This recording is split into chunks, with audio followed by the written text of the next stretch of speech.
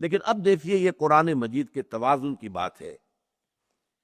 حقیقت، ریئلزم، ایک طرف آئیڈیلزم ہے، ایک طرف ریئلزم ہے. آئیڈیلزم تو میں نے بیان کر دیا، اب ریئلزم کیا ہے؟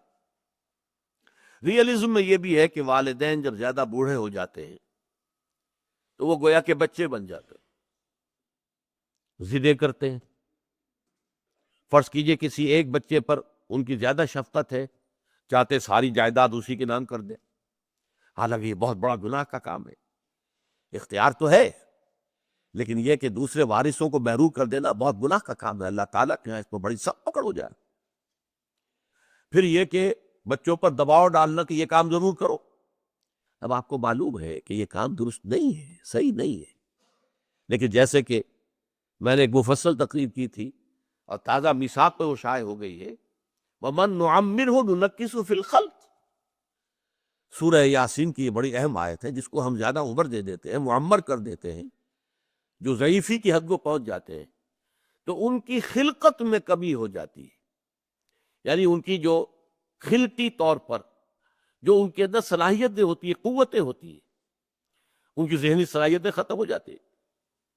ایک تو خاص عمر وہ ہے جسے ارذل العمر کہا گیا ہے، لکہ لا یعلم من بعد علم شیئا. یادداشت میں تو کمی ہونی شروع ہو ہی جاتی ہے، سبھی کی کمی ہوتی ہے. لیکن ایک مرض آج کل آپ کو معلوم ہے کہ الزائمرز ڈیزیز اور ڈیمنشیا، یہ دو ایسی ڈیزیز ہیں کہ بالکل انسان کا حافظہ ختم. اب ریگن ابھی تک زندہ ہے لیکن پڑا ہوا ہے، جیسے کہ جس کو آج کل کہا جاتا ہے کہ وہ ہیومن ویجیٹیبل ہے. جیسے کہ اب ککڑی ہے، اگر آپ نے اس کو نہیں اتارا ہے، اس کی بیل سے بڑھتی جائے گی، بڑھتی جائے گی، بڑھتی جائے گی، بڑھتی جائے گی. وہ ایک ویجیٹیبل کا پروسیس ہے. اسی طریقے سے انسان جو ہے اس کے وائٹل پروسیسز جو ہیں ان کو آپ سپورٹ کرتے رہیے، وہ جیتا رہے گا، جیتا رہے گا. ہوش و حواس ہے نہیں. بہت عرصے تک تو اس کا حال یہ ہو گیا تھا کہ صرف اپنی بیوی کو پہچانتا تھا. نینسی ریگن غالباً نام تھا اس کا. اب تو حال یہ ہے کہ وہ بیوی کو بھی نہیں پہچانتا. یہاں بھی ہمارے دوستوں میں سے ایک صاحب ہوتے تھے، ریلوے کے اندر ملازم تھے، ان کے بارے میں مجھے حال بھی معلوم ہوا کہ ان کا حال یہی ہو چکا، کسی کو نہیں پہچانتے، کسی کو نہیں پہچانتے. تو بڑھاپا جب آتا ہے تو ایک تو یہ کہ بچوں کی سی عادتیں جو ہیں ان میں پروان چڑھ جاتی. اب آپ کو معلوم ہے کہ ان کو ڈائبٹیز ہے، میٹھی چیز کھانا ان کے لیے زہر ہے، وہ ضد کر رہے میں نے کھانی ہے، کیا کریں گے آپ؟ کسی وقت ہوتا ہے کہ آپ سختی سے بھی روکتے ہیں، ان کی بھلائی کے لیے روک رہے ہیں. اب وہ کسی ایسی بات کی ضد کر کے بیٹھ گئے کہ جو آپ کے خیال میں درست نہیں ہے، مناسب نہیں ہے، تو آپ کو ان کی حکم عدولی کرنی پڑے گی. ہو سکتا ہے کسی وقت سختی بھی کرنی پڑے. یہ ہے آپ جو آئیڈیلزم کے مقابلے میں ریئلزم. اس پر دل کے اندر ایک بندہ مومن نے جب دیکھا یہ ہے کہ اصل تو اللہ نے حکم دیا ہے کہ اما یبلغن عندک الکبر احدہما او کلاہما فلا تقل لہما اف ولا تنہرہما وقل لہما قولا کریما واخفض لہما جناح الذل من الرحمہ وقل رب ارحمہما کما ربیانی صغیرا. میں کیا کروں؟ میرے والد نے یہ بات جو اس کی ضد کی ہوئی ہے اور کس طریقے سے جو ہے وہ اپنی بات جو ہے بنوانا چاہ رہے ہیں، حالانکہ وہ بات صحیح نہیں ہے، مناسب نہیں ہے.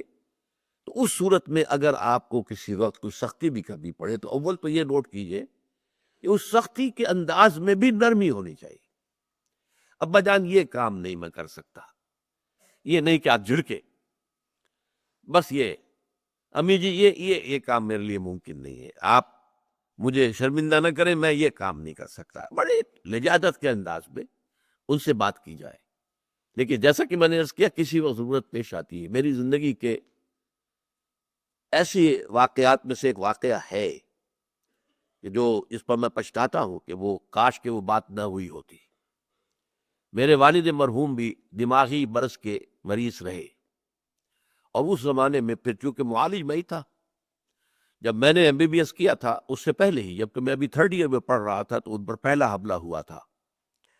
اور اس کے بعد وہ یوں سمجھئے کہ پھر تقریباً 15 سال اور میں ہی ان کا دیکھ بھال کرنے والا. اور اسی لیے میں پھر چلا گیا تھا ساہیوال، خاص طور پر کہ اب میں کہیں اور جاؤں، کسی اور جگہ پریکٹس کروں، اور میرے والد جو ہے وہ اس طریقے سے بیماری کے اندر مبتلا ہے، وہ کئی ڈاکٹروں کے جو کلینکس ہیں ان پر جا کر دھکے کھائیں، تو میں انہی کے پاس رہا، اور اس میں مجھے بعض اوقات سختی کرنی پڑی، ایک دفعہ سختی جو ہے جسمانی سختی کرنی پڑی مجھے، اس کے بعد میں روتا رہا، لیکن یہ کہ وہ چونکہ انہیں اس وقت ہوش ہی نہیں تھا وہ کیا کہہ رہے ہیں، انہوں نے جو بات کہی تھی وہ ایسی تھی کہ اس پر میں ضبط نہیں کر سکا۔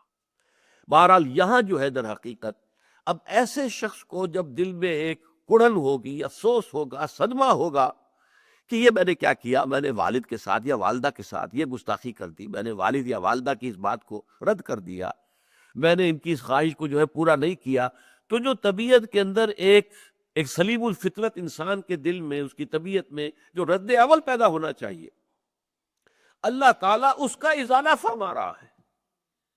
ربکم اعلم بما فی نفوسکم، دیکھو اگر ایسی کوئی صورتحال پیش آ جائے تو تمہارا رب خوب جانتا ہے جو کچھ کہ تمہارے دلوں میں ہے۔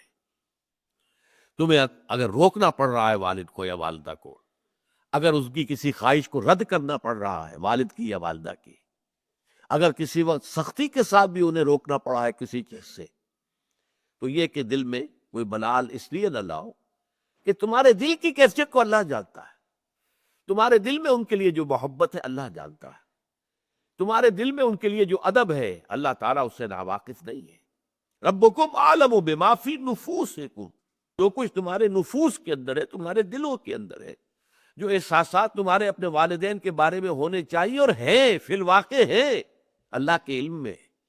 لہٰذا اگر تمہیں کسی وقت ان کے ساتھ کوئی سختی بھی کرنی پڑی ہے، ان کے اس بڑھاپے کی کم سمجھی کی وجہ سے، اس لیے کہ اس کے بعد کیا ہوتا ہے، لِكَيْ لَا يَعْلَمَ مِن بَعْدِ عِلْمٍ شَيْئًا وَمَن نُعَمِّرْهُ نُنَكِّسُهُ فِي الْخَلْقِ، ان کے فہم میں، سمجھ میں کمی ہو جاتی ہے، جو سینس آف پروپورشن ہوتا ہے وہ ختم ہو جاتا ہے، نسبت و تناسب کا احساس اور ادراک ختم ہو جاتا ہے۔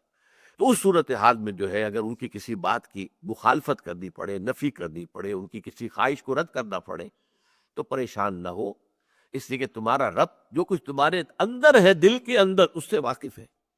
اگر تمہارے دل میں ان کے لیے محبت ہے، ان کے لیے شفقت ہے، ان کے لیے خیر خواہی ہے، تم ان کے لیے ان کی خدمت کرنا چاہتے ہو، دلجوئی کرنا چاہتے ہو، لیکن حالات کے جبر نے کہیں کسی معاملے کے اندر تمہیں ایک مختلف طرز عمل اختیار کرنے پر مجبور کر دیا ہے، تو اس کے اوپر پریشان ہونے کی ضرورت نہیں ہے۔ انما الاعمال بالنیات،